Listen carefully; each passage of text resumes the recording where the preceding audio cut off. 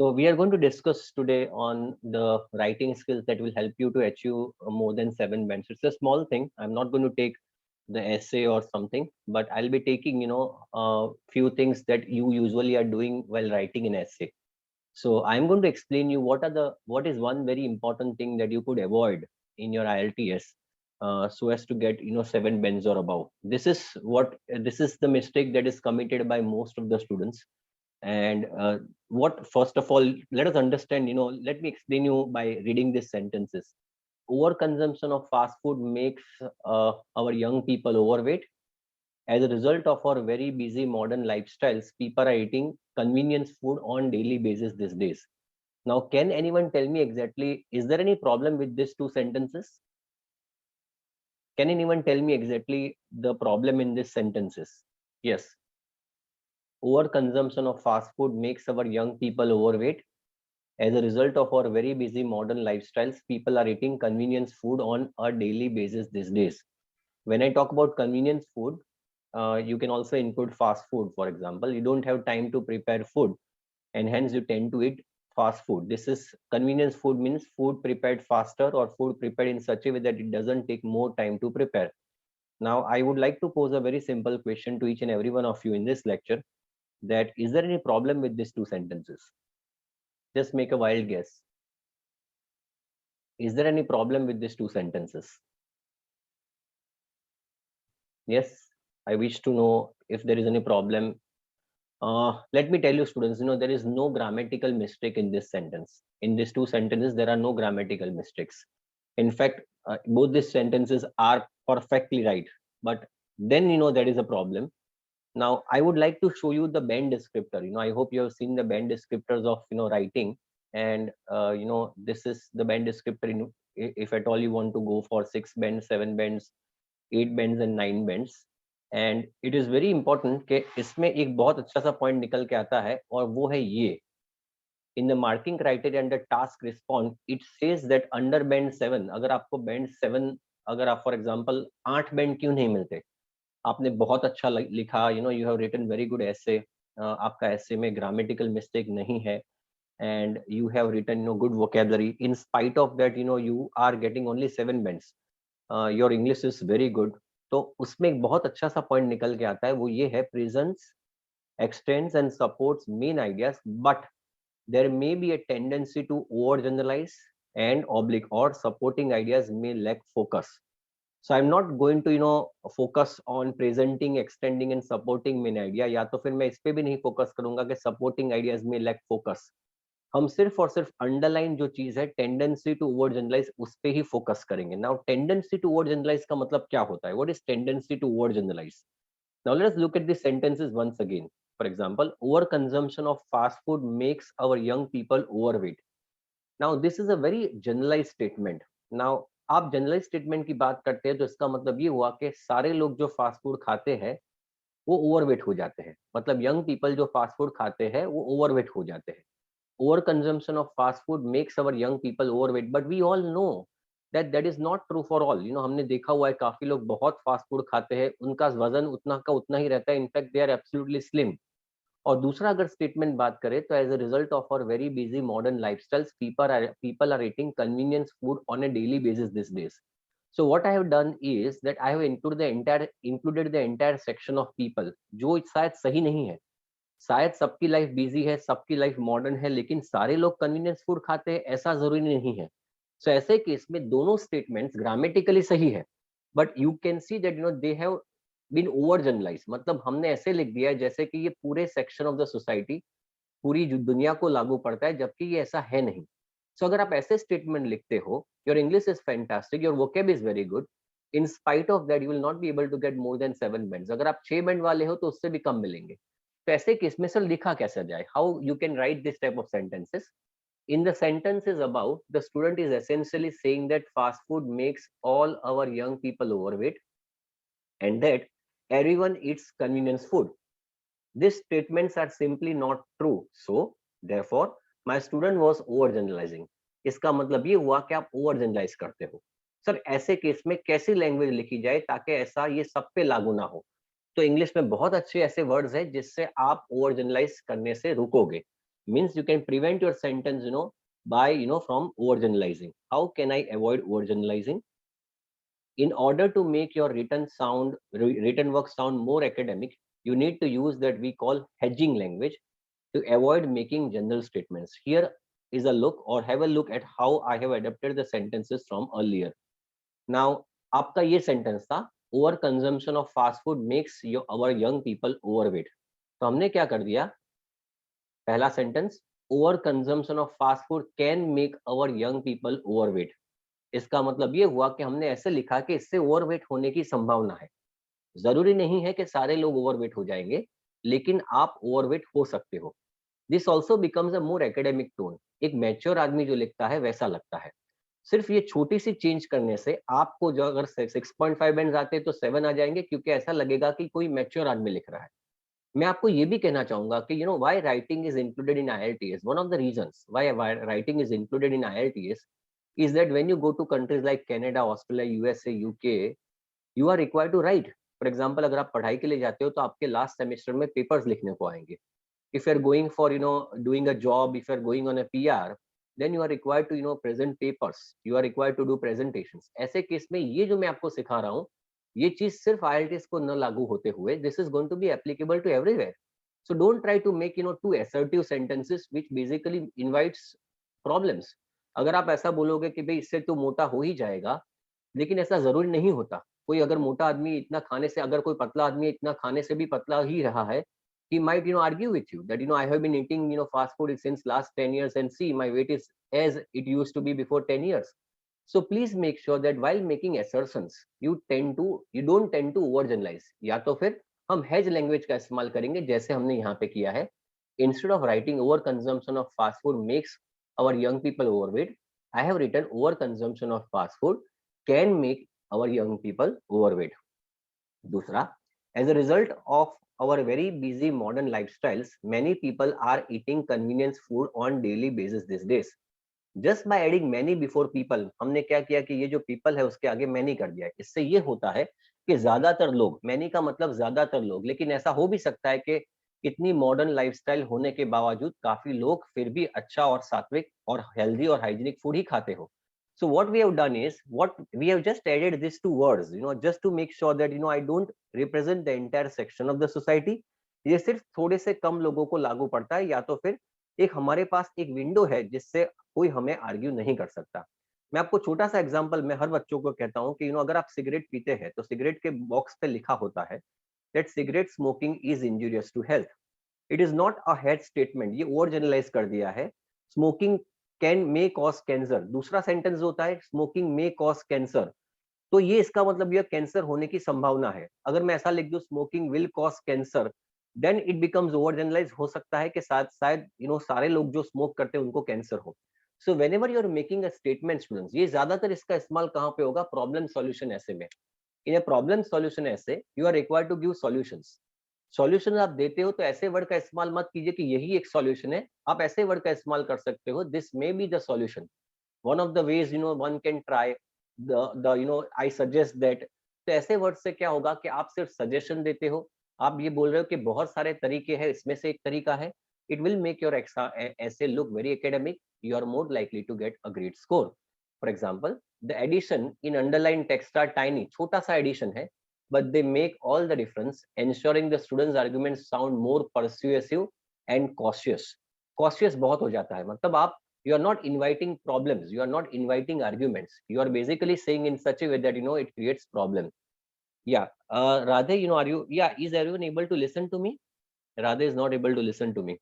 Is my voice clear, students? Yeah, yeah. So then Radhe, there is a problem from your end. Thank you so much. Okay, you need to adjust your okay. अब कैसे करेंगे हम लोग, how we basically do this, कैसे करेंगे, थोड़ा सा hedging language पे जोर करते हैं। मैं चाहूंगा इसका आप स्क्रीनशॉट ले, ये बहुत अच्छी हेजिंग लैंग्वेज है। मैं चाहूंगा इससे आपका एकेडमिक जो ऐसे लिखते हो बहुत परस्यूसिव हो जाएगा। For example, how can you make your language more cautious, rather how can you utilize a hedge language just by utilizing this type of words, जैसे कि may, might, can, could. You all understand, you all know that ये ऐसे words है जिससे we are basically, अगर कोई मुझे पूछता है क्या लगता है इंडिया और ऑस्ट्रेलिया की मैच, इंडिया और साउथ अफ्रीका की आज फाइनल है, आप ऐसा बोलोगे India will win, for example, it's a very cautious statement, कह सकते हैं when you are talking with your friends, but when it comes to writing an essay, तो ऐसे ही याद रखता है, yes I believe that if India performs, if India bowls well, India may win. तो इससे क्या होगा कि it looks more academic by nature. आप ये याद रहे कि ये जो टोन है, इसको आप राइटिंग में ज्यादातर ध्यान रख के उसको लिखे। In speaking you may sound more probably over assertive, you may tend to generalize, speaking में चलता है, in writing it is not required, or writing it is not advisable। तो ऐसे केस में मैं चाहूंगा ये ऐसे वर्ड्स है, जैसे कि अगर मैं एग्जांपल देना चाहूंगा, over consumption of fast food can make our young people overweight. देखा आपने, सिर्फ कैन लिख दिया, मेक के आगे कैन लिख दिया, उससे बहुत अच्छा स्टेटमेंट बन गया। दूसरा वर्ड है weak word, appear, seem, tend to, बहुत अच्छे वर्ड्स है।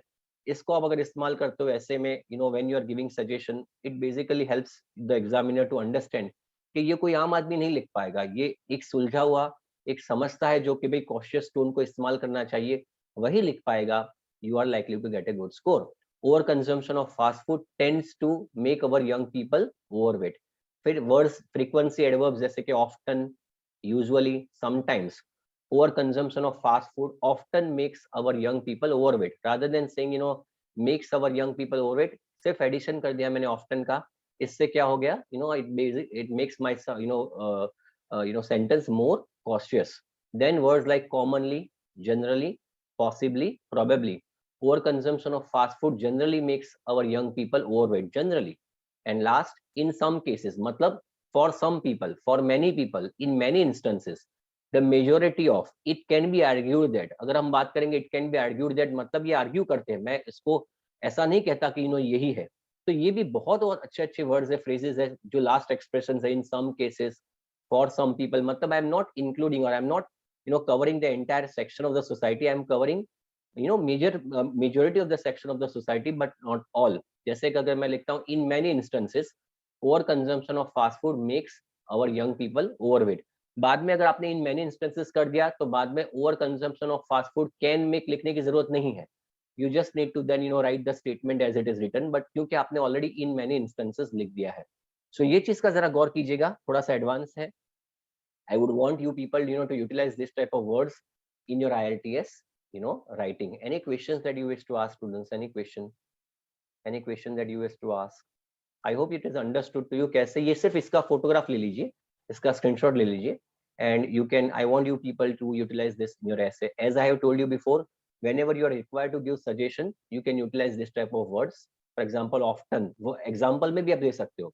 कभी कभार क्या होता है कि you don't know the example, but by utilizing this type of words, you are creating, आप ऐसा certainty से नहीं बोल रहे हो, तो उससे क्या होगा, एग्जामिनर बोलेगा, समझेगा कि भाई ये हो सकता है। So it also looks, this is more particular for examples जो आपने बनाए हुए हैं, which you have cooked up the examples, तो उसमें भी ये वर्ड्स का इस्तेमाल हो सकता है। Yeah, any questions, any doubts students before we go ahead with the next session?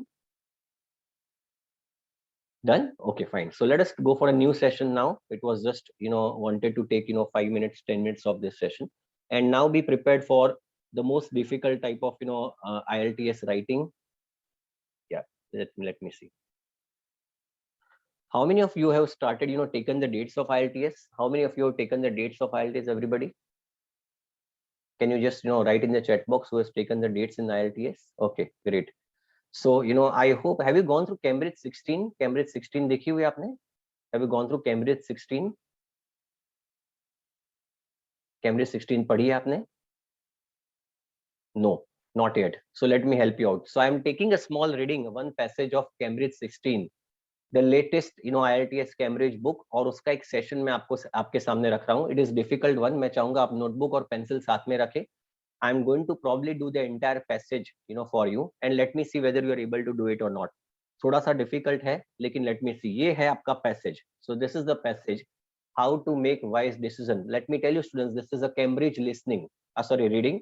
और ये जो passage है ना, पहले मैं ये कहना चाहूंगा कि for example, many a time students look at the passage and they become very stressed कि सर बहुत difficult है, लेकिन ऐसा नहीं होता। ज्यादातर केसेस में पैसेजेस डिफिकल्ट नहीं होते, अगर आप उसको गौर से देखोगे। तो they are not as difficult as we think. या तो फिर डिफिकल्ट होते हैं तो उसका तरीका मैंने पहले भी बताया था कि तरीका क्वेश्चंस का बहुत ईजी होता है। Okay, now I want somebody to help me out. It's a fantastic passage of reading, और मैं चाहूंगा कि how to approach this, let us do it. So who is going to help me out reading this. ये बहुत अच्छा session है, मैं चाहूंगा इसको आप छोड़े मत। And then I am going to take probably maps of listening. हम लोग लिसनिंग का मैप का लिसनिंग लेने वाले हैं। So I want you people to help me out. Who's going to help me out for reading? Can you write? Sunny, can you read? Yeah.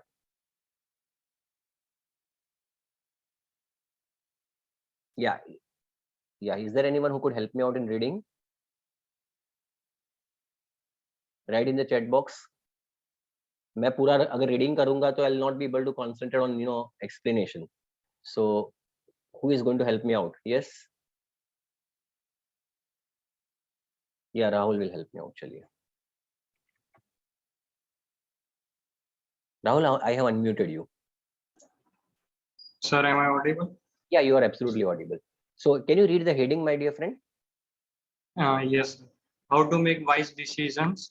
Okay, fine. Now, first and the foremost thing, sir, सबसे पहले reading का passage आता है, मैं डर जाता हूँ। मैं डर जाता हूँ क्योंकि पूरा ऐसा होता है कि पता ही नहीं चलता कैसे करना है। But you don't need to students, अगर आप उसको ऊपर से देख लेंगे तो आपको पता चल जाएगा it's not very difficult as you think. So can you read the first paragraph, Rahul?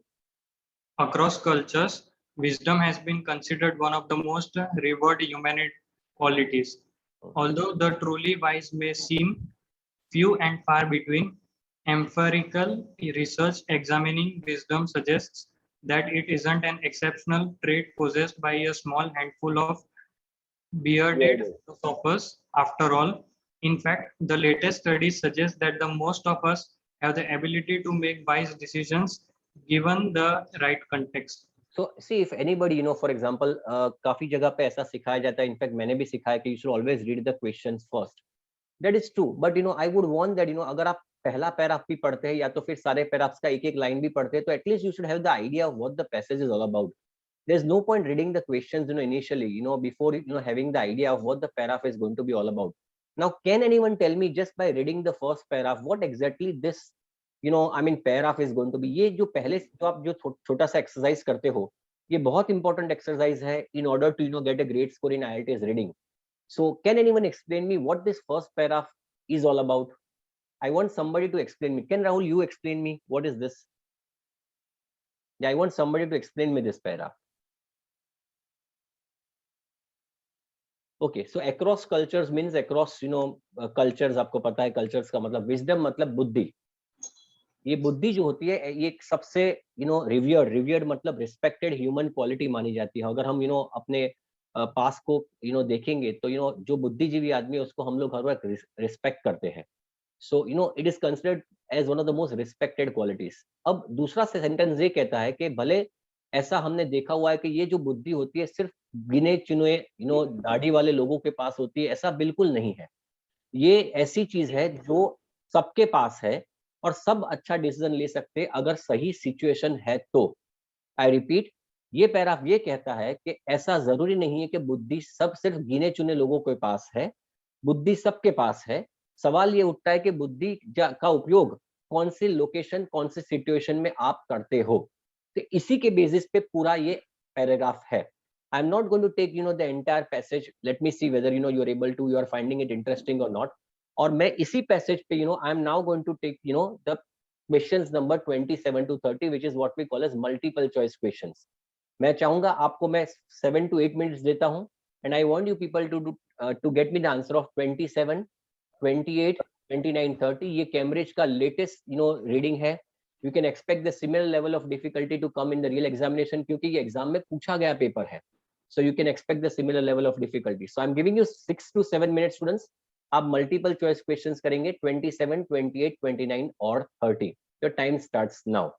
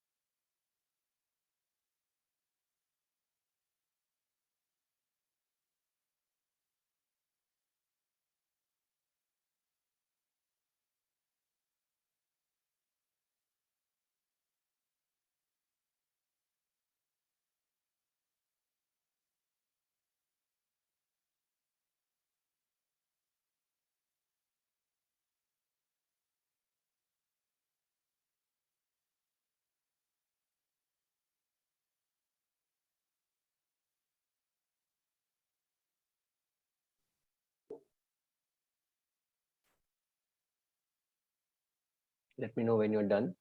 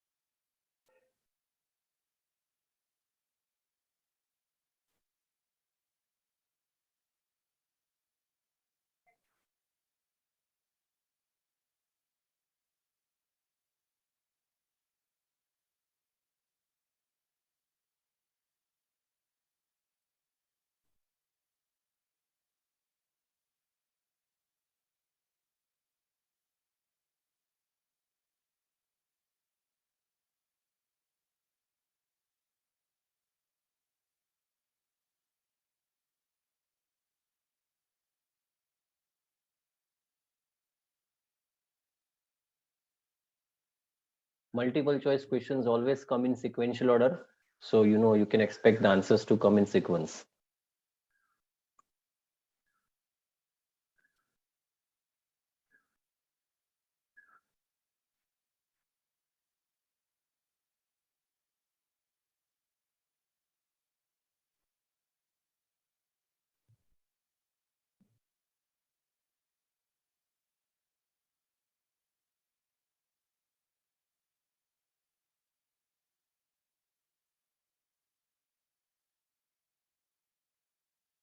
I want everybody to at least write the answer in the notebook. भले चाहे गलत हो, चाहे सही हो.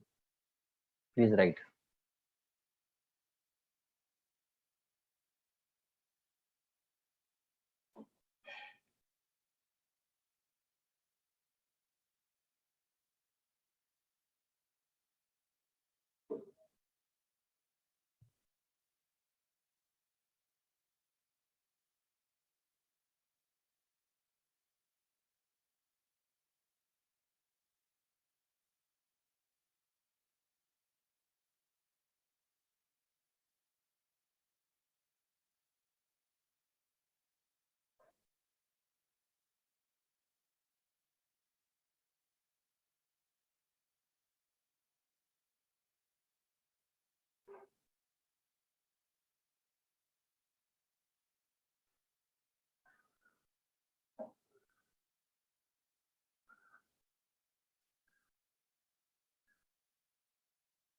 Ideally, for doing these 4 questions, you should not be taking more than 6 minutes. If I consider 1.5 minutes per question, then it should be 1.5 into 4, 6 minutes for this group.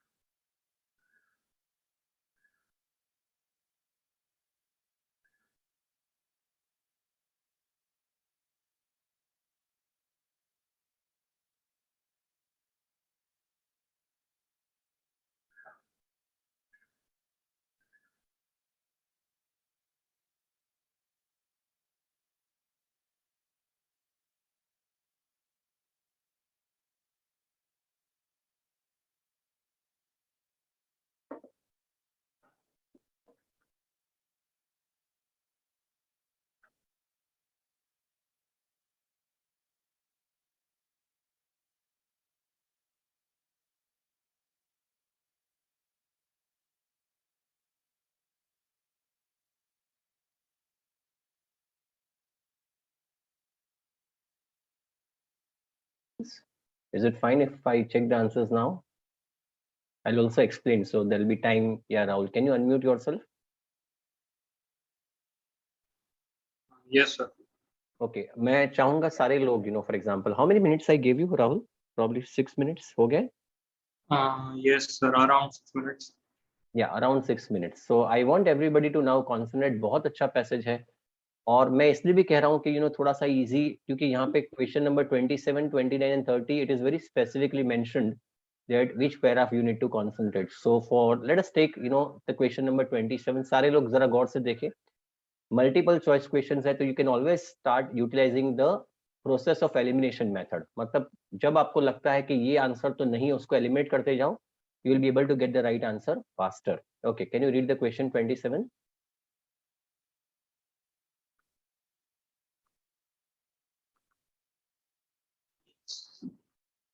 Yes, sir. Yeah. What point does the writer make in the first paragraph? A. Read all the options. Wisdom A. Wisdom appears to be unique to human race. Okay, B, fine. Now, yeah. Wisdom appears to be unique to the human race. लेकिन अगर हम पहला paragraph पढ़ेंगे तो ऐसा लग रहा था कि हमें पहले ऐसा लगा था कि यूनिक चीज है, लेकिन ऐसा नहीं है, सबके पास है ये तो. Am I right? So therefore, it is not something which is very unique. It cannot be said that therefore A is the right answer. ये नहीं कह सकते हम लोग. So I am eliminating the choice number A, क्योंकि बिल्कुल साफ लिखा है कि it is not something कि कुछ ही लोगों के पास है, ये सबके पास है. Okay, then B. B. A basic assumption about wisdom may be wrong. Okay, now let me read the first paragraph once again for you. Across cultures, wisdom has been considered one of the most revered, respected human qualities. Although the truly wise may seem far and few between, empirical research examining wisdom suggests that it isn't an exceptional trail possessed by small handful of bearded philosophers after all. इसमें बिल्कुल साफ लिखा है कि ऐसा जो पहले सोचा गया था कि यूनिक है, रिसर्च ये कहती है कि ये ऐसी चीज नहीं है कि जो बहुत कम लोगों के पास है. तो ये एजम्पशन कि ये सिर्फ गिने चुने लोगों के पास है, ऐसा नहीं है. So I am not saying that B is the right answer, लेकिन मुझे ऐसा लग रहा है कि बी शायद सही हो सकता है, क्योंकि ये एजम्पशन के ये सिर्फ गिने चुने लोगों के पास है, ऐसा नहीं है. So I am eliminating probably choice. I mean B को मैं बाजू में रखता हूँ. Can you read the third choice, Rahul? Yeah, I'm reading. I mean, don't unmute, Rahul. Okay, sir. Concepts. C. Concepts of wisdom may depend on the society we belong to. Now, if you look at question number पूरा पहला, आपको ये तो पता है कि ये पहले पैराग्राफ में ही है, so you don't need to read the second, third, fourth and fifth paragraph. You need to strictly confine yourself to the boundaries of the first paragraph. लेकिन यहाँ पे कोई सोसाइटी से सीमित है ऐसा कुछ भी नहीं कहा है. There is no mention about that wisdom is only limited to society. So I am removing C as the option. Can you read the D? B. There is still much to be discovered about the nature of wisdom. हम भी ये research ऐसा पता चला है कि for example के ये विजडम है वो गिने चुने लोगों के लिए नहीं है, ये शायद सबका है, लेकिन कहीं पे भी ऐसा नहीं कि बहुत अभी डिस्कवर करना बाकी है. And therefore the answer is going to be, ये भी निकल जाएगा answer. So answer of this is going to be B. Understood now everybody? So पहले का जो 27 का आंसर है, it is going to be B. Can you read the 28 now? If anyone is not able to understand, मैं बिल्कुल slow जा रहा हूं ताकि आपको पता चले. If you are not able to understand, please let me know, I will explain it again. Read the 20th one. What does Igor Grossman suggest about the ability to make wise decisions? So what does Igor Grossman suggest that ability to make wise decision? Now, sir, हमें कैसे पता चलेगा? थोड़ा सा दिमाग में लगाओ. अगर 29 देखेंगे तो अकॉर्डिंग टू थर्ड पैराग्राफ है. So मतलब कि answer of 29 is in the third paragraph. And you know that the answer usually comes in sequential order. So you can expect the answer of 28. I'm not saying it is always going to be true, but you can always make a wild guess. Therefore, the answer of 28 may be in the second paragraph. I'm utilizing the head statement, may be in the second paragraph.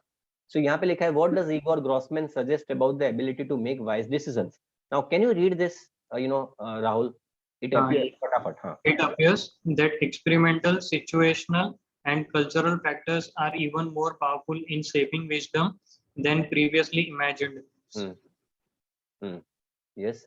तो ये पहला paragraph, पहली line हमें ये कहती है कि it appears, ऐसा लग रहा है कि एक्सपीरियंशियल, सिचुएशनल और कल्चरल फैक्टर्स ज्यादा पावरफुल है वो ज्यादा ऐसे कारण है जो विजडम आपका कैसा होगा, किस हिसाब से आपने डिसीजन लिया, उस पे ज्यादा इन लोगों का निर्भर है।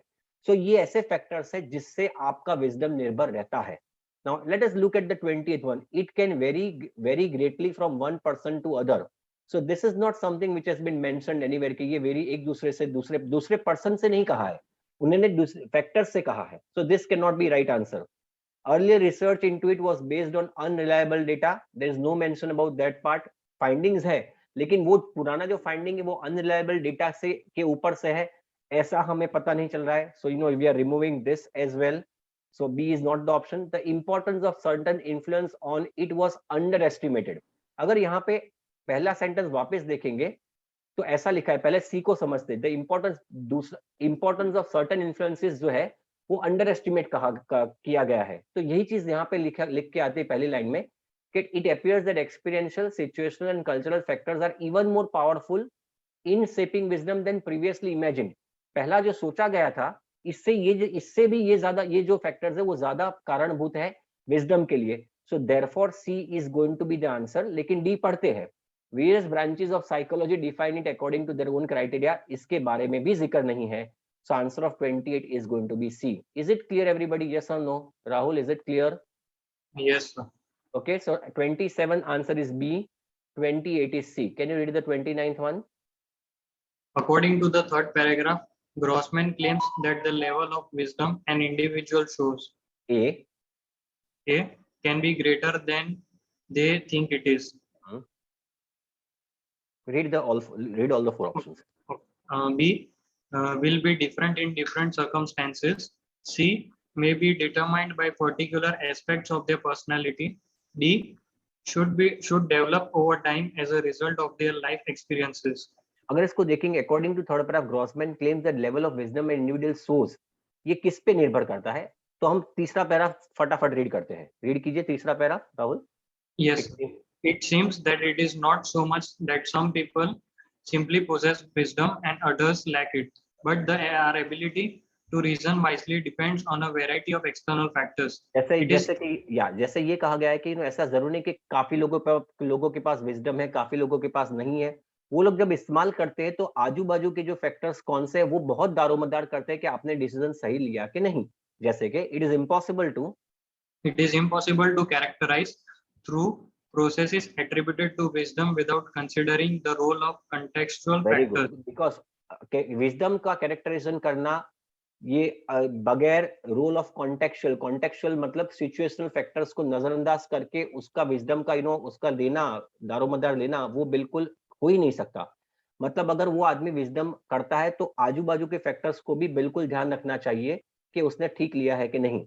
तो अगर हम पैराग्राफ 29 पढ़ेंगे तो उसमें क्वेश्चन नंबर 29 पढ़ेंगे तो लिखा है can be greater than, Grossman claims that the level of wisdom and individual source can be greater than they think it is. ऐसा नहीं लिखा है, so A is not the answer. Can you tell me Rahul what is the answer of 29? Sir D. C should develop over time as a result of life. ऐसा नहीं लिखा है कि ये डेवलप होगा। कहाँ पे लिखा है कि लाइफ ज्यादा लाइफ के हिसाब से वो डेवलप होगा? ऐसा भी नहीं है Rahul. So if you look at may be determined by particular aspects of their personality के एस्पेक्ट के भी बारे में नहीं है। यहाँ पे बिल्कुल साफ लिखा है, if you look at this properly, wisely depends on variety of external factors, और बाद में यहाँ पे लिखा है ये बहुत important role of contextual factors, मतलब बाहर के सर्कमस्टेंसेस। तो उसी के कारण सीधा आंसर जाता है 29 का आंसर है B, will be different in different circumstances. वही तो हमने कहा कि कौन से परिबर है उसके ऊपर से डिपेंड करता है कि विजडम आपका कौन सा है। Okay, so answer of 29 is going to be B. Now, can you tell me exactly what is the answer of 30 पढ़ेंगे? What is described in the fifth paragraph? क्या लिखा है fifth paragraph में? हाँ पढ़े। A difficulty encountered when attempting to reason wisely. B can you explain me this? कौन से difficulty आप encounter करते हो जब आप wisely wisdom इस्तेमाल करना चाहते हो? फिर दूसरा B an example of type of person who is likely to reason wisely. ऐसा कौन सा पर्सन का टाइप है जो रीजन मतलब जो बुद्धि का उपयोग ठीक से कर पाएगा? Third C a controversial view about the benefits of reasoning wisely. Controversial view है, शायद इसके बारे में जिक्र है कि नहीं। और चौथा D, a recommended strategy that can help people to reason wisely. Recommended strategy, ऐसी कोई स्ट्रेटेजी जो है जिससे आदमी जो है वो रीजनिंग ठीक से कर पाता है. Okay, can you read the fourth fifth paragraph? Grossman and Grossman and his colleagues have also found that one of the most reliable ways to support wisdom in our own day-to-day decisions is to look at the scenarios from a third-party perspective. Okay, As बस though अब इसका मतलब क्या हुआ? Can you explain me Rahul? ये क्या है पहली दो लाइन? ग्रीजमैन और sir, उसके कलीग ने एक बहुत अच्छा, वन ऑफ द मोस्ट, उन्होंने ढूंढा है एक बहुत अच्छा रिलायबल तरीका जो हम अपने डे टू डे लाइफ में इख्तियार कर सकते हैं ताकि रीजनिंग अच्छा हो, है या ना? yes, sir. So can you tell me 30 का आंसर एबीसीडी में से कौन सा होगा? Just look at the options. B, an example of type of person. Example of type of person कहाँ है? Who is likely to reason wisely. ऐसा है कि कौन सा? Yes, I want everybody to participate. Tell me what is the answer. I want everybody कि Grossman. अच्छा, आगे बढ़ेंगे, चलो आगे पढ़ो, आगे पढ़ो. Okay. Research As suggests that research suggests that when adopting a first-person viewpoint, we focus on the focal features of the environment. And we feature. adopt a third person observer viewpoint, we reason more broadly and focus more on interpersonal and more ideas such as justice and impartiality. अगर इसमें ये कहा है कि आप अगर कोई भी अगर डिसीजन लेना है, सब लोगों के लिए भी एक बहुत अच्छा सजेशन है कि अगर आपको सजेशन लेना है, फॉर एग्जांपल अगर आपको डिसीजन लेना है तो आप अपने नजरिए से मत देखें, लोगों के नजरिए से देखें तो आप अच्छी तरह से डिसीजन ले पाओगे. थर्ड पार्टी पर्सपेक्टिव मतलब लोग क्या सोचते हैं उस डिसीजन के बारे में, अगर उसको मद्देनजर रखते हुए डिसीजन लोगे तो डिसीजन आपका सही पड़ने की संभावना ज्यादा है. तो वही तो यहाँ पे लिखा है, पहली दो लाइन में लिखा है कि ये तरीका अगर अख्तियार करेंगे तो आपके रीजनल वाइजली होने की संभावना है. तो वही चीज जिक्र की है para, question number, option number D में. A recommended strategy that can help people to reason wisely. So answer of 30 is going to be D. Is it clear everybody? So answer of 27 is B, 28 is C, 29 is B, and 30 is going to be D. Any questions, any doubts? I hope this is clear now, everybody. Rahul, is it now clear? Yes, sir. Yes, sir. You got the voice of the rest of the students. Is it clear everybody? Yes or no? I'm going a bit slow. I'm trying to explain you everything. हो सकता है आपके answer गलत हो, but there is nothing to worry. Try कीजिए, फिर समझ आए तो क्लियर हो जाएगा आपका. Clear? Okay, very good. Let us go head now. आगे बढ़ना है. Are you, is it fine? Shall we go head now? Okay. तो ये है दूसरा. ये हमने तीसरा और चौथा पैराग्राफ जो कहा है. फॉर एग्जांपल लेट अस सी के ये जो है नीचे जो है वो है summary. Summary with a box. ये बहुत इंपॉर्टेंट है. You know yeah, this type of sections can come in third, I mean this type of paragraph Shravani can come in the third section as well, but you should be prepared for the first section as well. Okay, अब मेरी बात सुनिए. सबसे important चीज ये जो है, मैंने पहले भी कहा था कि समरी दो टाइप्स की होती है, summary with a box, summary without a box. ये जो है वो समरी विथ ए बॉक्स है. ये थोड़ी सी डिफिकल्ट इसीलिए है, the reason being you are suppose to find out the synonyms of the words given below. आपको ऐसे डायरेक्टली वर्ड्स मिल भी सकते हैं, नहीं भी मिल सकते. You will be getting the synonyms of these words. तो ये ध्यान में रखते हुए ये आपको करना है. दूसरी बात, अगर समरी पूरे पैसेज को कवर करती है तो answer will come in sequential order. लेकिन ये जो समरी है ये सिर्फ एक पैराग्राफ या दो पैराग्राफ को कवर करती है, तो इसमें सबसे बड़ा प्रॉब्लम ये निकल के आता है, द आंसर्स मे और may not come in sequential order, और ये डिफिकल्ट भी है. So I want you to do questions number 31 to 33. ये 31 टू 33 है. ये जो होगा it is going to be dependent on this. पहला पैरा आपने पढ़ लिया, ये चौथा चौथा और पांचवा पैरा था, वही था ये. So I want you people to just go through this और मुझे बताए 31, 32, 33 का आंसर क्या होगा. Your time starts now. 31 to 35 ही कर दीजिए. I am giving you exactly 7 to 8 minutes. चलिए, बहुत मजा आएगा. आपने ये ऑलरेडी पढ़ लिया है.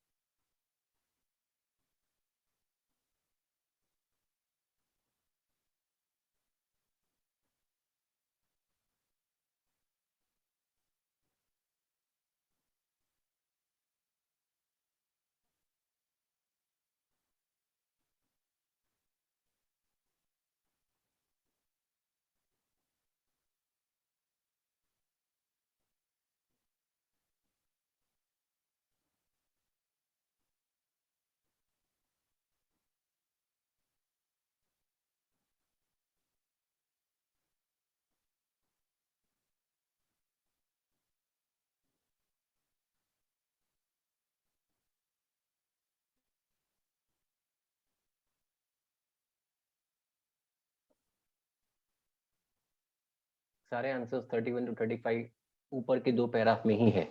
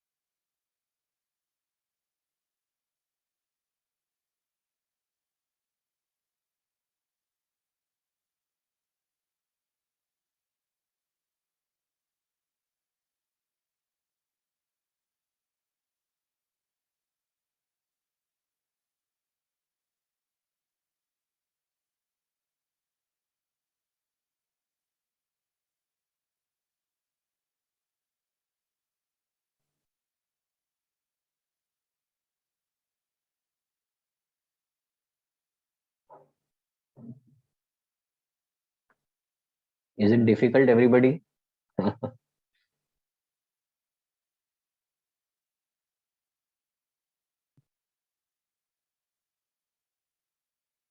I'll be explaining it to you. You don't need to worry. Just make a effort of solving this, and don't go away.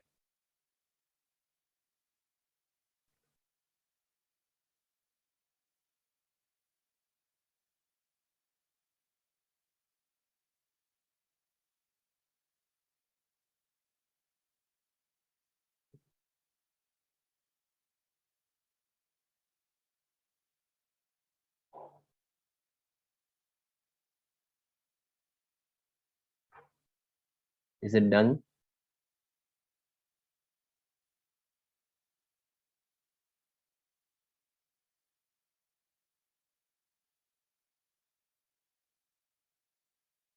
Shall I help you out, students? I'll help you out, how you can do it faster.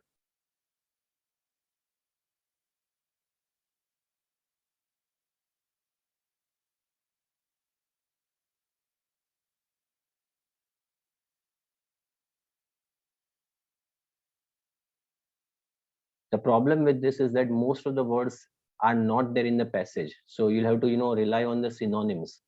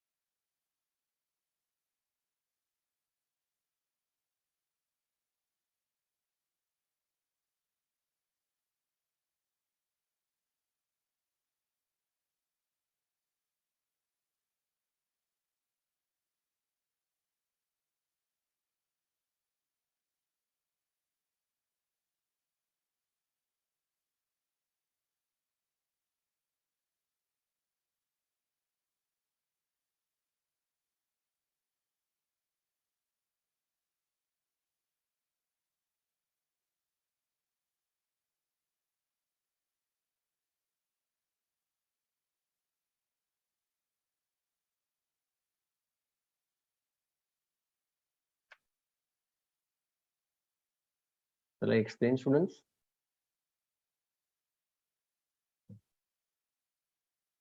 Or you want to try? Do you want me to explain, or you wish to try? Okay, let me explain this to you, students. मैं आपका थोड़ा सा काम आसान कर देता हूँ. I know it is difficult, but I'll make your life much more simpler. Okay, now मैं चाहूंगा सब लोग ध्यान दें. इसका बहुत अच्छा पैसेज है, and I'll tell you exactly. Yeah, Rahul, can you unmute yourself once again?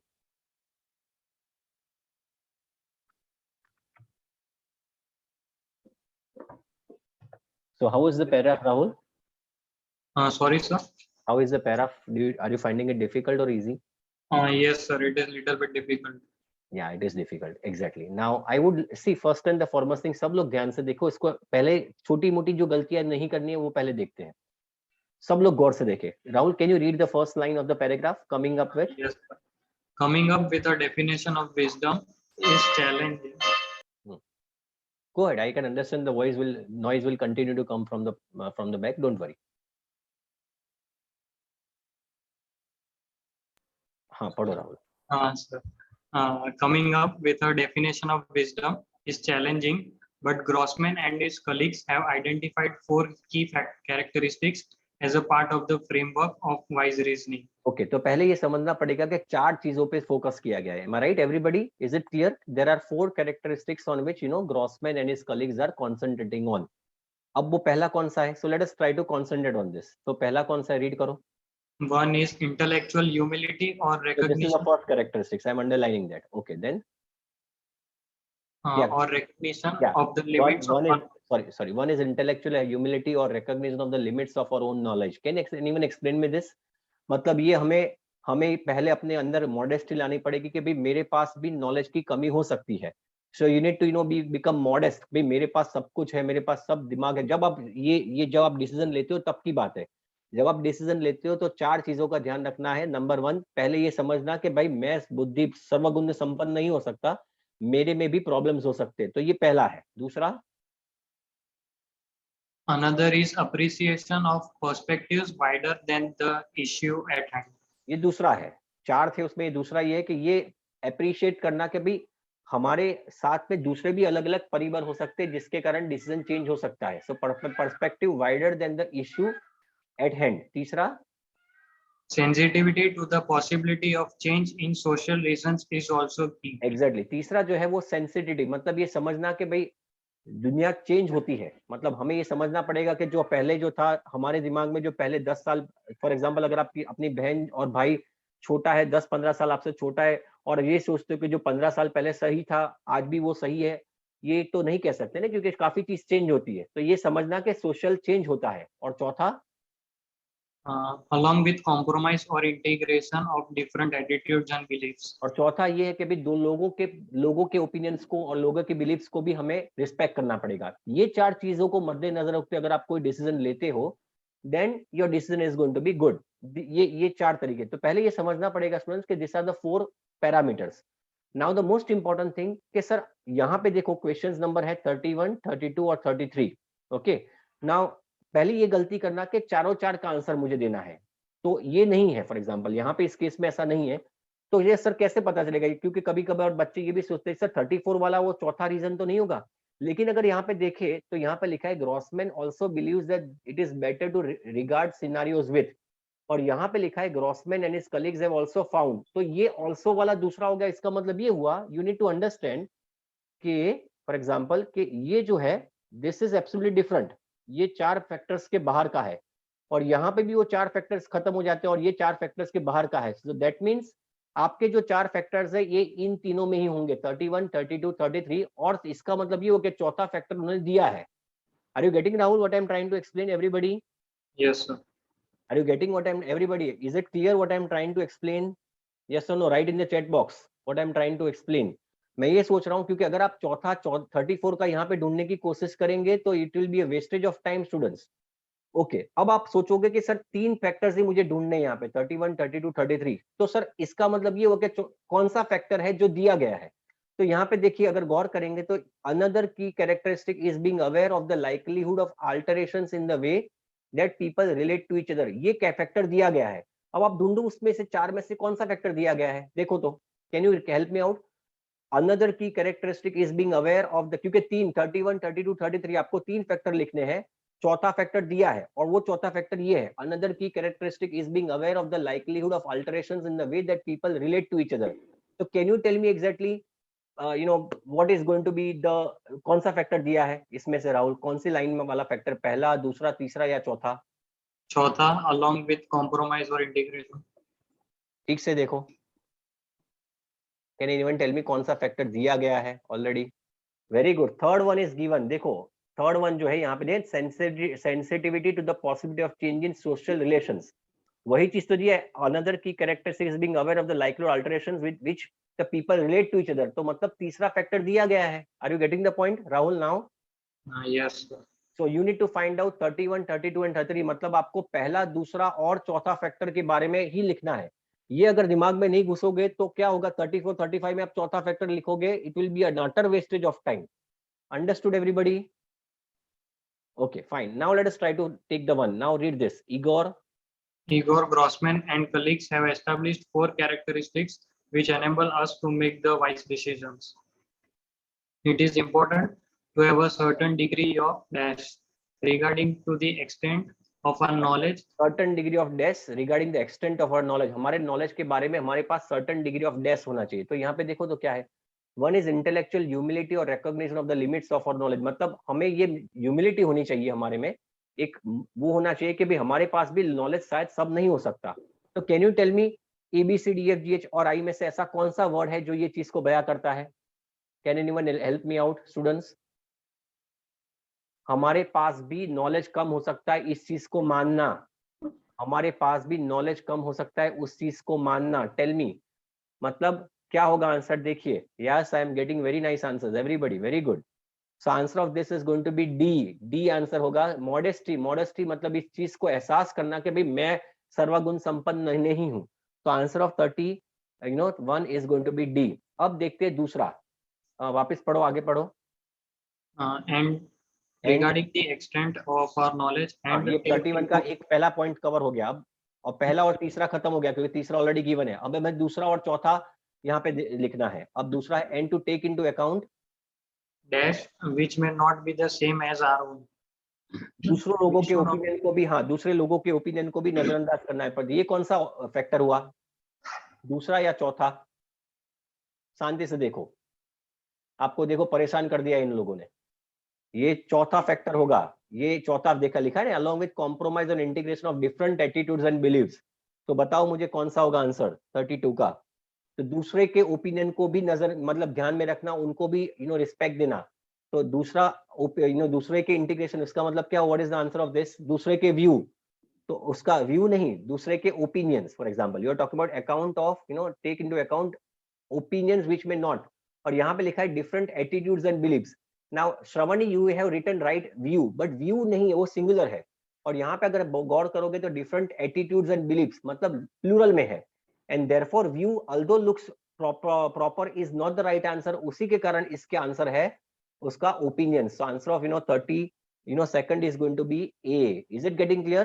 Now one of your students has written view. View is not bad, but अगर आप देखोगे कि लास्ट लाइन में different attitudes and beliefs it's given in plural, तो इसी के कारण answer of this is going to be opinion. So 32 का आंसर होगा ए। Is it getting clear? अब बचा मतलब कौन से खत्म हो गए राहुल? कौन से 3 खत्म हो गए?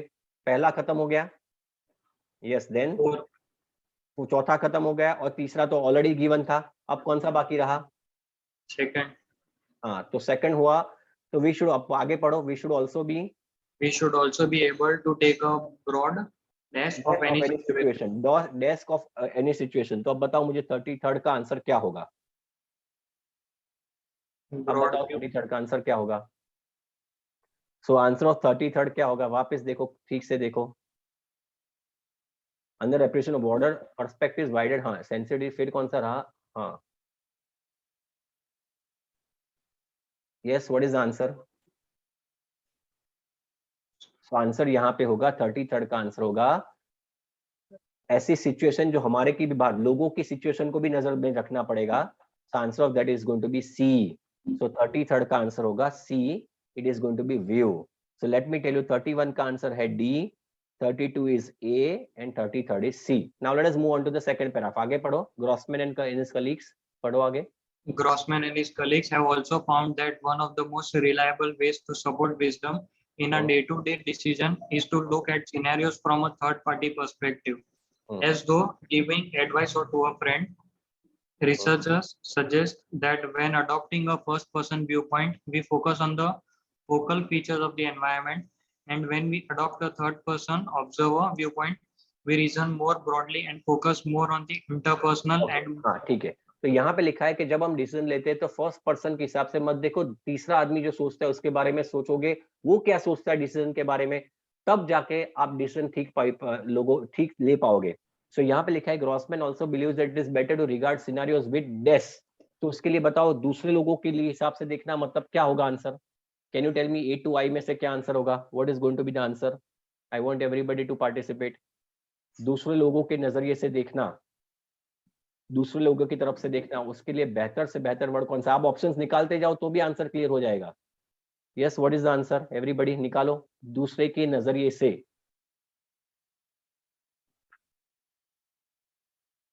Answer is going to be all of you, answer is going to be F, objectivity. Objectivity मतलब दूसरों का नजरिया। Is it getting clear? So answer of 34 is going to be F. और आगे पढ़ो राहुल, यहाँ से we reason more broadly and focus on more interpersonal and moral ideals such as justice and impartiality. दूसरा क्या है यहाँ पे लिखा है? हाँ, यहाँ पे लिखा है bye avoiding the first person. ये अगर नजरिया चेंज करते वी फोकस मोर ऑन, तो यहाँ पे लिखा है, देखो ये फोकस यहाँ पे वर्ड है। So you know that your answer is going to be something after that. ये फोकस के बाद देखो तो more on interpersonal moral idea such as कौन सा? Justice and impartiality. अब देखो इसमें जस्टिस एंड इम्पार्शियलिटी, इम्पार्शियलिटी और जस्टिस का देखो यहाँ पे नियम देखो, कोई है word? Is there any word which is similar to justice and impartiality? Can anyone help me out? Yes, answer of this is going to be G. G का मतलब होता है फेयरनेस, फेयरनेस का मतलब होता है justice and impartiality. So answer of 35 is going to be G. Understood everybody? Yes or no? Clear? So answer of 31 is D, 32 is A, 33rd is C, 34 is F and 35 is G. और मैं चाहूंगा क्योंकि इतना हो गया है, सिर्फ 5 questions और बाकी है ट्रू फॉल्स नॉट गिवन के, इसी पैराग्राफ पे है, और मैं चाहूंगा कि आप इसको बिल्कुल निग्लेक्ट ना करें। आई am giving you 5 minutes more students, please don't run away.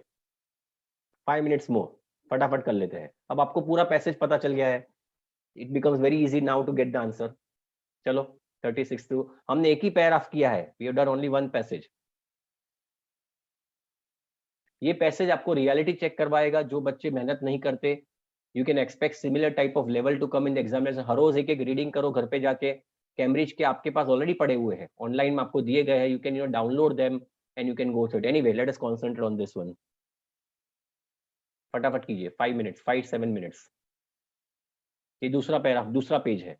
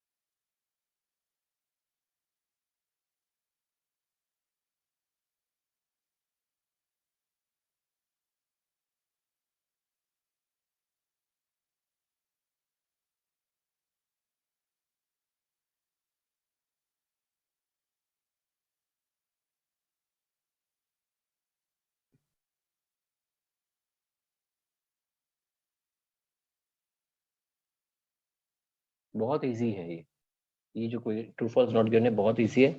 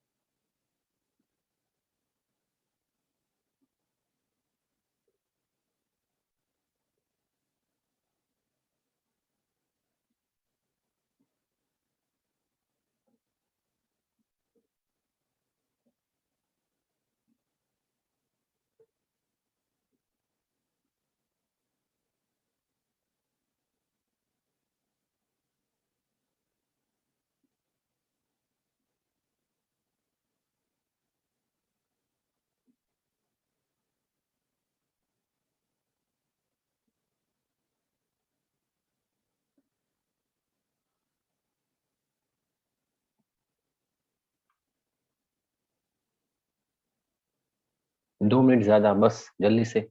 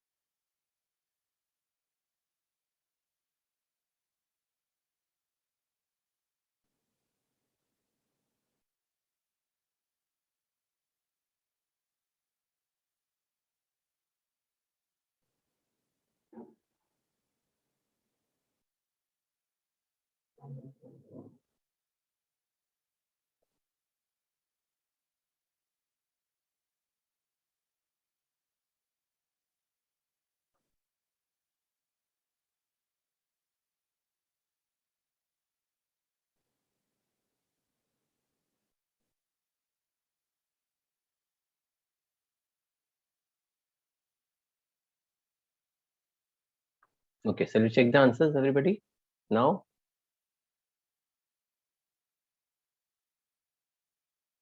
yeah, shall we check the answers?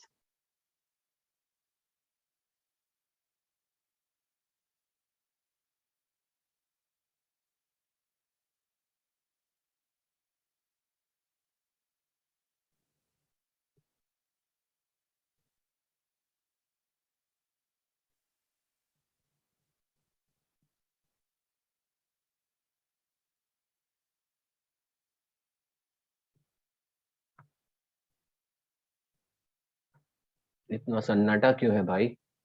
Hello, nobody is given. People are, I believe people are lost in true false not given. Okay. Yeah, is it done, everybody? I can see now, getting messages that it is done. Let us check the answers now. In case if you're not done, Rahul, yeah, you will help me out once again.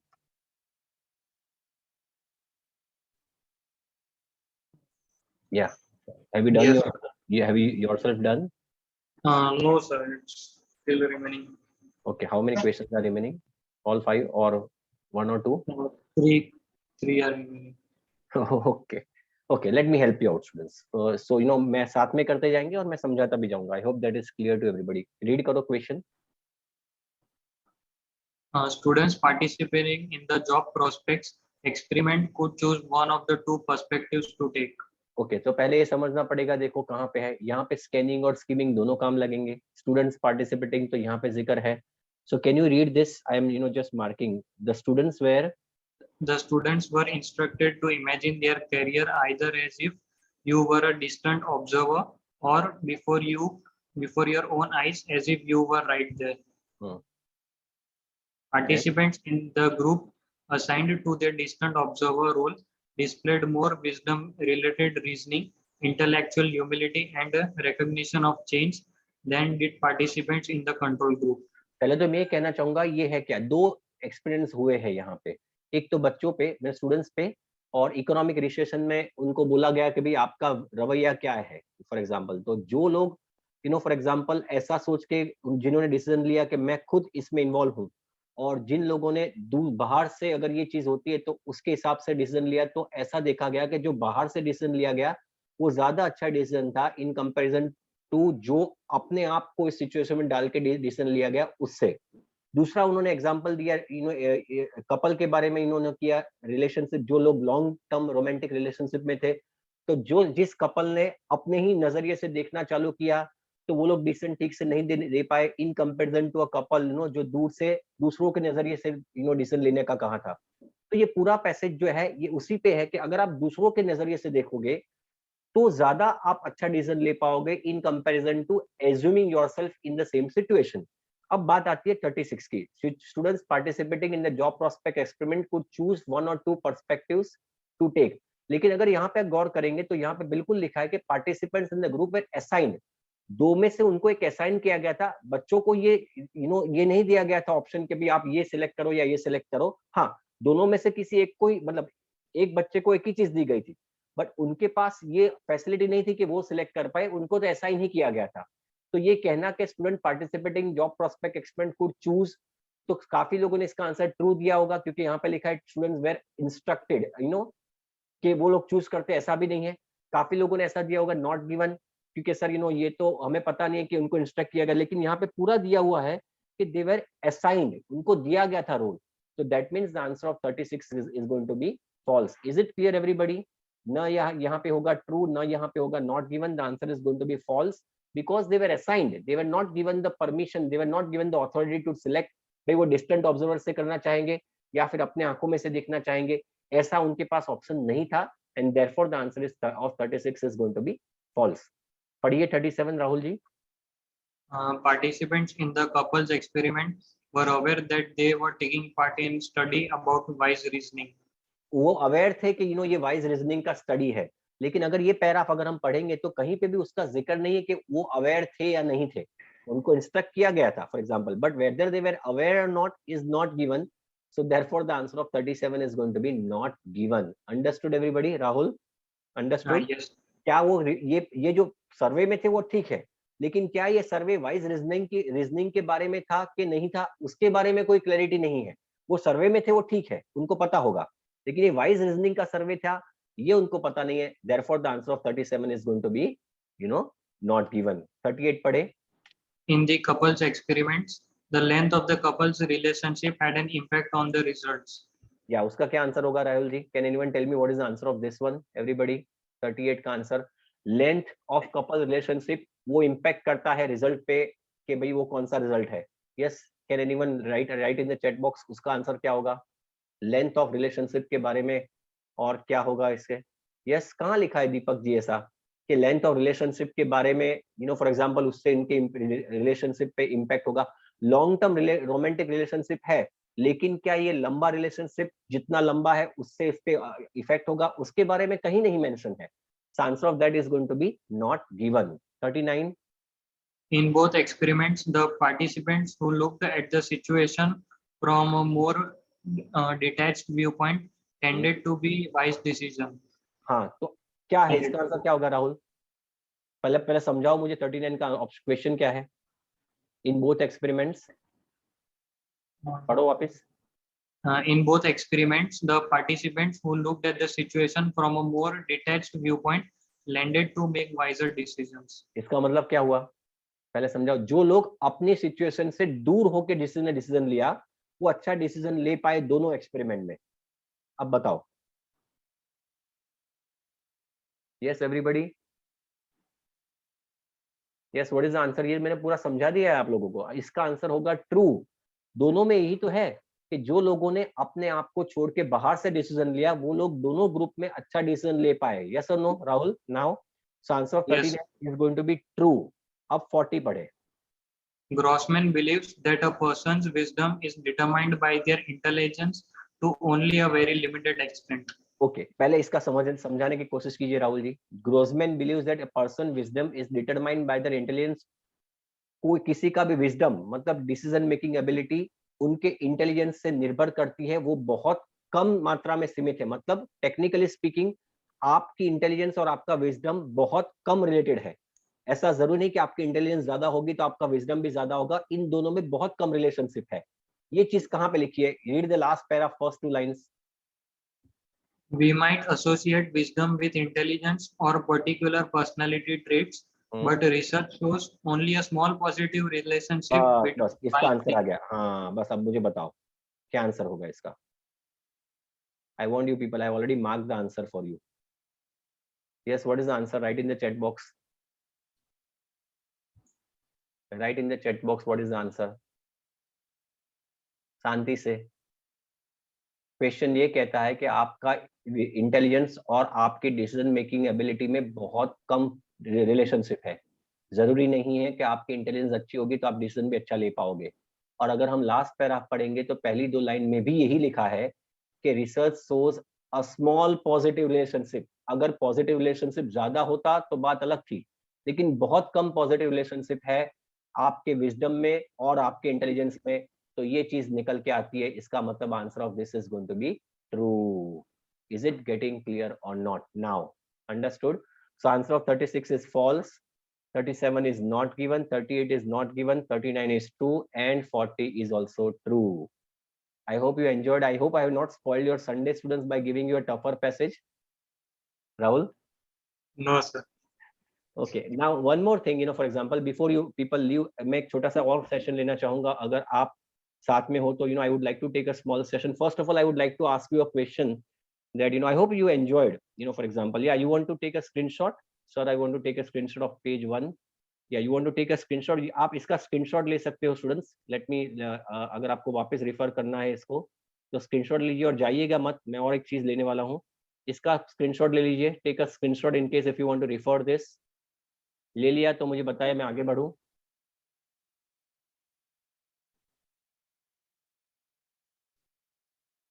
Okay, done. Have you taken the screenshot? Don't run away. Okay, ये हो गया. तो मैं दूसरा लेता हूँ.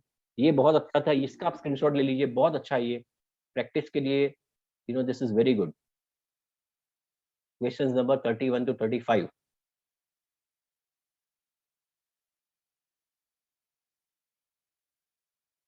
And finally,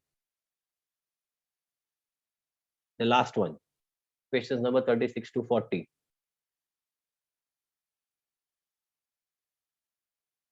And then finally, the answers. Answer का भी screenshot ले लीजिए.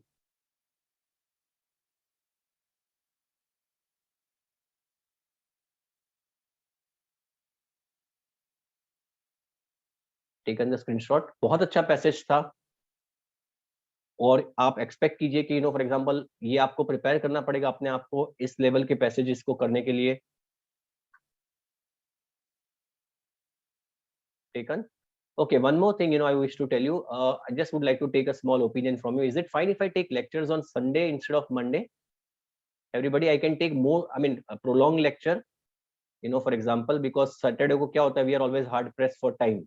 So is it fine if I take a lecture on Sunday instead of Monday evening? Is it fine? Yeah, so I'll be taking. देखिए 1.5 घंटे का lecture हुआ ये पूरा तकरीबन. It took almost 1.5 hours for me to complete the lecture. और थोड़ा सा लंबा हम आसानी से आराम से कर सकते हैं. Okay, एक छोटी सी चीज मैं यहाँ पे कहना चाहूंगा आप सब लोगों के लिए. Just don't run away, don't go away. एक छोटा सा बहुत सेशन में आपको लेना चाहूंगा. Just a minute. हाँ, ये आपको मैं कहना चाहूंगा, ये सबके लिए है. जो लोग स्टूडेंट वीजा के लिए जा रहे हैं, should take not more than 5 to 10 minutes. Students 5 से 10 मिनट से ज्यादा नहीं लूंगा. जो लोग स्टूडेंट वीजा पे जा रहे हैं, मैं पीआर पे भी सेशन लेने वाला हूँ. So don't worry if anyone is interested in PR, I will also be taking the session for those people. But ये एक ऐसा सेशन है जो सबके लिए काम लगेगा. Now I want everybody to take जरा 5 मिनट यहाँ पे जरा गौर कीजिए. एसओपी क्या है? Can anyone tell me what is SOP? What is SOP? Can anyone tell me what is SOP? Write in the chat box what is SOP. SOP is statement of purpose. Very good. So no, it's not security deposit. Jay Patel, आप finance में लग रहे हो. Okay, so SOP is statement of purpose. Let me tell you students that we had recently quite a number of cases जहाँ पे मैंने देखा हुआ था कि for example coming from different organizations, बहुत important है ये session, कि जहाँ पे लोग अलग अलग organizations से मेरे पास rejected cases बहुत आए. मतलब आप बिलीव नहीं करेंगे कि 7.58 बैंड बच्चों का सीजीपीए तकरीबन 8, 8.5, 9 CGPA, no backlogs. And course भी बहुत अच्छा लिया था, but in spite of that एक बार नहीं, दो तीन तीन बार रिफ्यूजल्स हुए हैं। तो मैं, अब बच्चे समझते हैं कि सर ऐसा कैसे हो सकता है, मेरे 7.5 बैंड्स आते हैं, मेरे for example if I got a fantastic academics, I am taking the course, for example अगर मैं मैकेनिकल इंजीनियर हूँ, I am taking a course on project manager, मतलब ऑलमोस्ट कोरिलेटेड कोर्स है, why the visa is getting refused? Let me tell you students, statement of purpose is the heart of your application. जिस organization में statement of purpose पे जोर नहीं दिया जाता, let me tell you students, your visa is bound to be refused. And let me tell you that in 2022 the number of applications have only drastically increased. Those students who have not been able to go in 2020-21 because of family issues, because of COVID, are now all moving to their dream destination in 2022. matlab you can expect lot of rush in January 2023, September 2023, और आने वाले 1.5-2 साल में तो बहुत rush होगा। तो ऐसे केस में मेरी आप सब लोगों से गुजारिश है कि पहले इस चीज पे थोड़ा सा फोकस करना चालू कीजिए। I would want you to focus on this. ये स्टेटमेंट ऑफ पर्पस, सर ये स्टेटमेंट ऑफ पर्पस क्या है, टाइम जरा सा कम है, तो मैं थोड़ा सा आपको view point, statement of purpose में आप एग्जामिनर देखिए, स्टेटमेंट ऑफ पर्पस अलग अलग कंट्री के लिए अलग अलग जगह पे जरूरत पड़ती है। For example if you're applying to Canada, then statement of purpose is usually required by the visa officers. And if you're applying to countries like Australia, UK, और रादर फॉर एग्जाम्पल यूएसए, तो statement of purpose आपको दो जगह पे जरूरत पड़ती है, when you apply for getting admission into a college और university, and secondly when you are applying for visa. तो दोनों के लिए स्टेटमेंट ऑफ पर्पस अच्छा होना बहुत जरूरी है। मैं वापस कहना चाहूंगा, ऑफर लेटर लाना आसान है, लेकिन वीजा लाना बहुत मुश्किल है। तो आप लोगों को मैं चाहूंगा कि इस पे जरा सा काम करना चालू कीजिए। उसके साथ मैं ये भी कहना चाहूंगा कि यहाँ पे at career maker statement of purpose is being prepared by me myself. So for example, if you're preparing for IELTS, I mean if you're applying for UK student visa, Canada student visa, the statement of purpose is finally going to be prepared by me. और अगर आपने बनाया होगा तो it is going to be taken care of by me. आप मुझे check करने के लिए दोगे, मुझे अच्छा लगेगा, तभी हम आगे बढ़ेंगे। उसके लिए चाहे 1-2 दिन भी चले जाए, इट इज फाइन। तो स्टेटमेंट ऑफ पर्पस में सर होता क्या है, पहले तो ये बताना चाहूंगा कि स्टेटमेंट ऑफ पर्पस एग्जामिनर मतलब वीजा ऑफिसर को ये समझ, आप तो नहीं होते वहां पे, you are not there in front of visa officer to help him out और to tell what your future plans are going to be. तो इसके बदले में स्टेटमेंट ऑफ पर्पस करता है। स्टेटमेंट ऑफ पर्पस की लेंथ कितनी होनी चाहिए, अलग अलग कंट्रीज के लिए अलग अलग लेंथ है। कनाडा के लिए 2 पन्नों का स्टेटमेंट ऑफ पर्पस होगा, 1 या 2 पन्नों का तो भी चलेगा। ऑस्ट्रेलिया के लिए तकरीबन 6 से 7 पन्नों का स्टेटमेंट ऑफ पर्पस चाहिए, यूएसए के लिए 3 पन्नों का चाहिए। सो अलग अलग कंट्रीज के हिसाब से the length of statement of purpose would very. Sir ये पहले क्या करना है, मुझे स्टेटमेंट ऑफ पर्पस में क्या ध्यान रखना है? पहला, सबसे बड़ी बात, किसी भी प्रोफेशनल स्टेटमेंट ऑफ पर्पस मतलब बाहर किसी को मत दीजिए। जैसे कि अगर आप यहाँ से फाइल करते हो तो मेरे से ही करवाइए। आप अपना इनपुट्स दे सकते हो, लेकिन eventually it should get checked by me. बहुत बाहर प्रोफेशनल बॉडीज होती है, प्रोफेशनल बॉडीज वो पेज नहीं लेते कि आपका बैकग्राउंड चेक करे और कैसे ये कोर्स आपके लिए ज्यादा लागू पड़ता है। तो स्टेटमेंट ऑफ पर्पस में पहला, कॉपी पेस्ट मत कीजिए। बहुत वेबसाइट है ऑनलाइन जहां पे आप स्टेटमेंट ऑफ पर्पस पे सैंपल्स ले सकते हो। Don't copy down from that. मैं आपको ये जो यहाँ पे दिखा रहा हूँ, इसी चीज को मद्देनजर रखते हुए आप स्टेटमेंट ऑफ पर्पस को लिखिए। दूसरी बात, स्टेटमेंट ऑफ पर्पस में स्टैटिस्टिक्स इन्वॉल्व कीजिए। You should not write a generalize statement. जैसे आईएलटीएस में भी आता है, आप एग्जाम्पल देते हो तो स्टैटिस्टिक्स वाला एग्जाम्पल होता है तो ज्यादा it is going to be valid. तीसरी बात, स्टेटमेंट ऑफ पर्पस उसी हिसाब से लिखना है जिस हिसाब के आपके आईएलटीएस के बैंड्स है। मतलब अगर आप बाहर से स्टेटमेंट ऑफ पर्पस लिखवाते, आपके 6.5 बैंड है और किसी ने स्टेटमेंट ऑफ पर्पस लिखा और उसके 8.5 बैंड है उसके हिसाब से, तो एग्जामिनर को बहुत इजीली पता चल जाता है कि ये बाहर से लिखवाया हुआ स्टेटमेंट ऑफ पर्पस है, वीजा रिफ्यूज हो जाएगा। और दूसरी बात, स्टेटमेंट ऑफ पर्पस उसी से लिखवाए जो इस चीज का अनुभव रखता है, क्योंकि हमें पता है कि ये स्टेटमेंट ऑफ पर्पस हमने रखा तो इसका वीजा निकल के आया, ये स्टेटमेंट ऑफ पर्पस रखा तो इसमें दिक्कतें आई।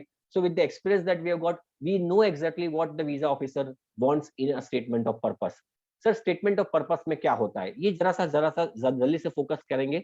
ये चीजें होनी बहुत जरूरी है। पहला इंट्रोडक्शन होगा। So if the statement of purpose you are writing, for example I X Y Z is applying for bearing passport number this and this, is applying for XYZ course in the following college for September 2023 intake। बाद में आप क्या कर सकते हैं, academic, दूसरा paragraph आपका academic background और आईएलटीएस के बारे में होगा। जैसे कि आपने 10th कब खत्म किया, 12, बहुत ब्रीफ होना चाहिए क्योंकि ऑलरेडी आप मार्कशीट्स और ये सब तो भेजते ही हो।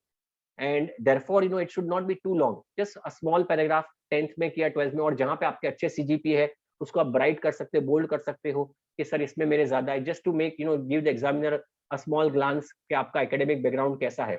अगर आपके 6.5 है तो इसको हाईलाइट मत कीजिए, लेकिन अगर आपके 7.5 8 है तो उसको हाईलाइट कीजिए। आईएलटीएस में अगर आपके 7.5 बैंड है तो आप उसको बोल्ड कर सकते हो। ये दूसरा पैराग्राफ होगा। तीसरा होगा आपका एक्सपीरियंस, ये बहुत इंपॉर्टेंट है। अगर आपके पास एक्सपीरियंस है तो आप इसके बारे में तीसरे पैराग्राफ में लिख सकते हो कि सर मैंने जॉब खत्म, मैंने पढ़ाई खत्म की, उसके बाद I started working with XYZ company, and इसमें मैंने ये एक्सपीरियंस लिया। इस एक्सपीरियंस में ये मुझे पता चला कि ये बहुत इंपॉर्टेंट स्किल्स है, मुझे आगे बढ़ के करनी चाहिए। अगर आपने 12th किया है तो आपका जाहिर है एक्सपीरियंस नहीं है। अगर आपने बैचलर्स अभी खत्म किया है, then also you might not be having experience. Then you may also write write something about your extracurricular activities in brief. जैसे कि अगर आपने ब्लड डोनेशन कैंप में काम किया है, आपने फॉर एग्जांपल सोशल कोई एक्टिविटी, ये चीज बहुत इंपॉर्टेंट है। आप लोग नहीं समझते कि in a developed country, besides your technical knowledge, beside your skills, how good you are person, you how how how is the character of you. For example आपका कैरेक्टर कैसा है, मतलब आपको जानते हो फॉर एग्जांपल वहां पे वो लोग कतई ऐसे लोग नहीं पसंद करेंगे जो लोग वहां पे उपद्रव करे। जहां पे वो लोग फॉर एग्जांपल जैसे कि आप जानते हो यूएसए में कैसा होता है, गन लॉज नहीं है तो they want people who are responsible, who could give valuable contribution to the society. तो आपके अगर कोई भी चीज आपका छोटा मोटा चीज है जो आप यहाँ पे फॉर एग्जांपल फोकस कर सकते हो, तो you should write in the third paragraph.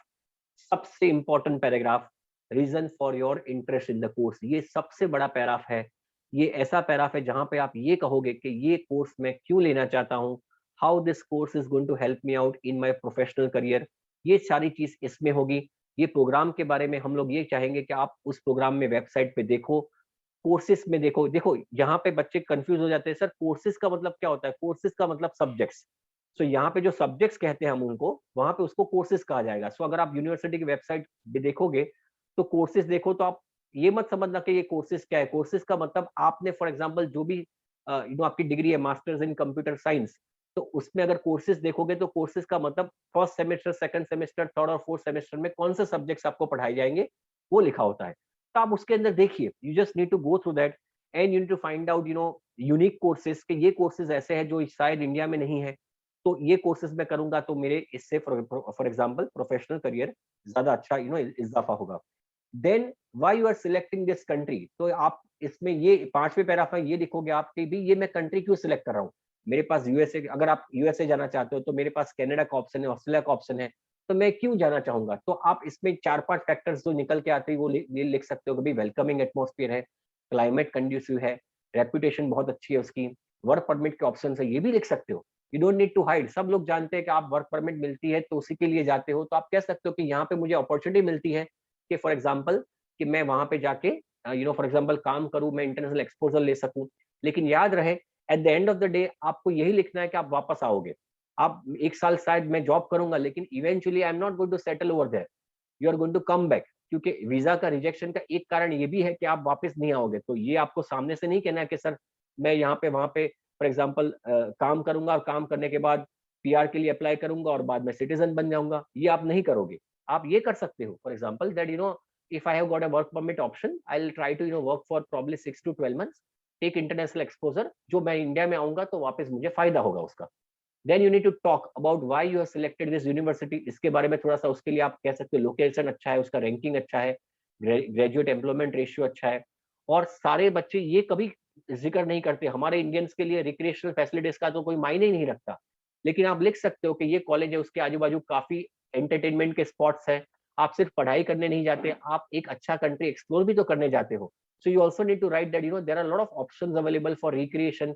मैं पढ़ाई तो करूंगा लेकिन बहुत मजा वहां भी नेचुरल एनवायरनमेंट को भी एंजॉय करना है ऑब्वियसली। तो वहां पे रिक्रिएशनल के काफी फैसिलिटीज है, काफी छोटे मोटे क्लब्स है जहाँ पे बच्चे जा सकते हैं, एंजॉय कर सकते हैं अपने आप को।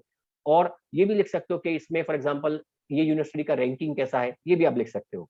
बाद में आप लिख सकते हो कैरियर गोल्स, ये बहुत इंपॉर्टेंट है कि फॉर एग्जाम्पल कैरियर गोल्स कौन से होंगे। इसमें आप दो चीजें ऐड कर सकते हो, मेरे शॉर्ट टर्म गोल क्या है। शॉर्ट टर्म गोल में आप ये कह सकते हो मैं पढ़ाई करने के बाद मैं शायद वहां पे 6-7 महीने काम करूंगा, या तो फिर आप ऐसा कह सकते हो कि मैं वापस आ जाऊंगा, ये भी आप कह सकते हो। या ये फॉर्मेट पंकज जी मैं खुद बनाऊंगा, लेकिन ये चीज जो है, ये 7-8 पॉइंट आप ट्राई कर सकते हो। मैं चाहूंगा कि आप अपने हिसाब से लिखना चालू करो।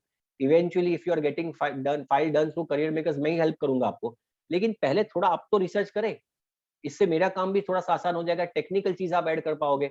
सी I am an engineer, I am an MBA, but eventually I am not engineer of all the branches. I am not, मैंने एमबीए किया है तो मैं फिनेंस और कॉमर्स में I am not the master of all everything. तो ऐसा होगा कि इससे क्या होगा कि it will make my life much more easier.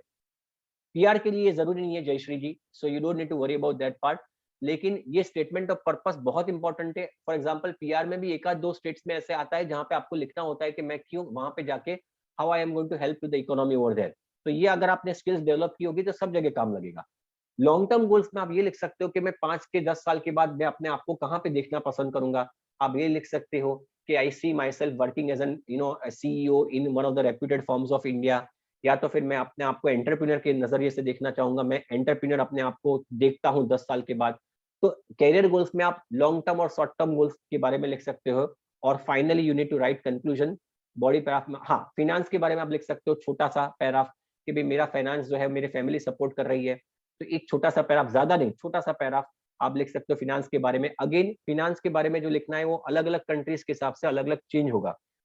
In Canada, you need to write a small paragraph about finance if you want, because you are going under SDS. Australia में बहुत डिटेल में लिखना पड़ता है, यूके में भी detail में लिखना पड़ता है।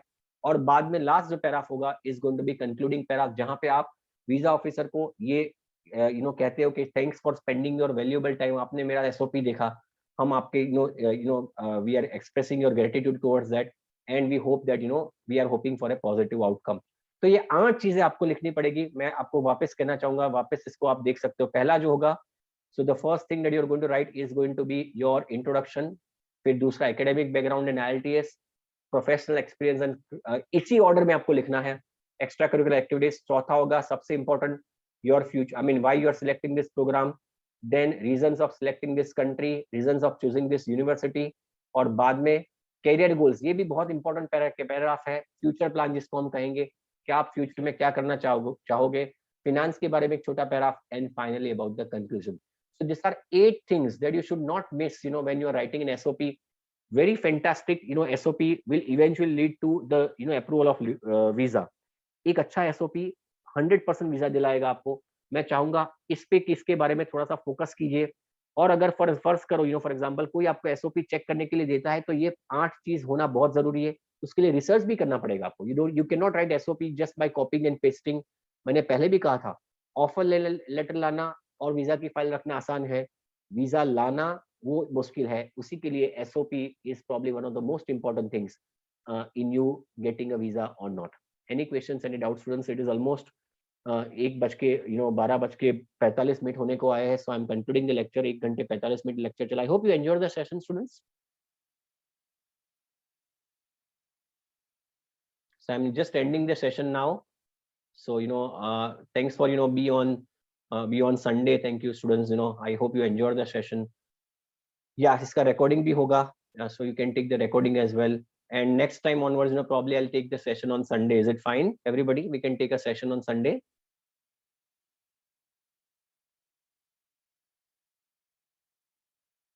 Okay. Thank you so much, students. Thank you so much.